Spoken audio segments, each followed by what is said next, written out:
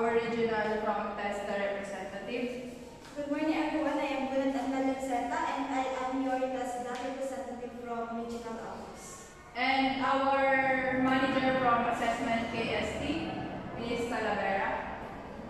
Hello everyone, I am Christine Talavera and I am the manager of KSTA assessment. So in this assessment, you will undergo the various evaluation procedures, then including written test, practical demonstration, and oral questioning. So I will be assessing your ability to perform tasks based on the test qualification. Stop here. So before we begin, I will check your identification and assessment requirements. So can you present your IDs? Ito po.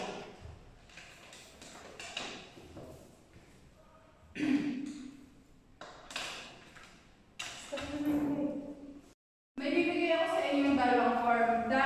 Yung isa is for consents na pumapayag kayo na panoorin kayo from test office ng Grand Terminal. Then yung isa naman is your form.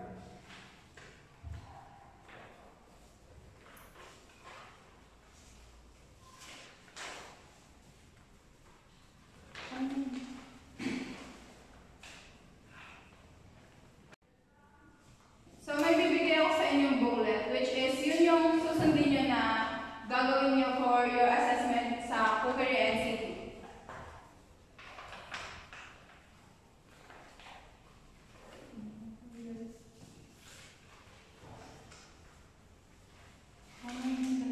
So we will now proceed for your assessment. I will give you 4 hours to demonstrate your skills for test the guidelines. So please stay focused and perform the task required.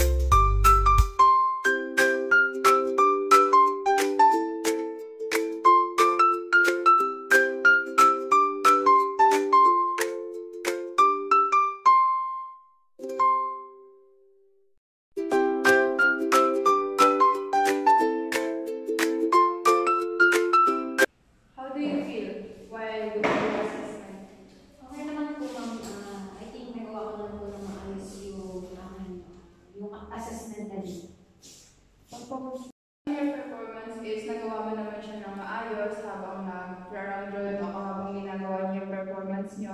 So, congratulations, you are now competent. Thank you, ma'am.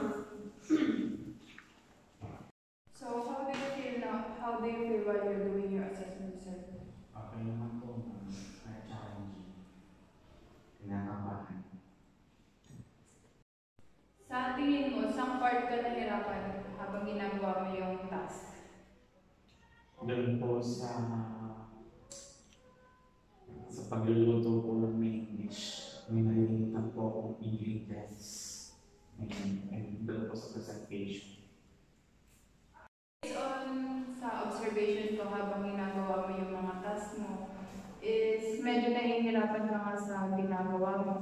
So, I will suggest if you want to retake the assessment ng NC2, we'll open for ano pa rin naman sa, and we'll help you to, if you have any question about your performance, you can go to Grand Terminal, which is yung, nandun yung main office ng TESDA for Quezon Province.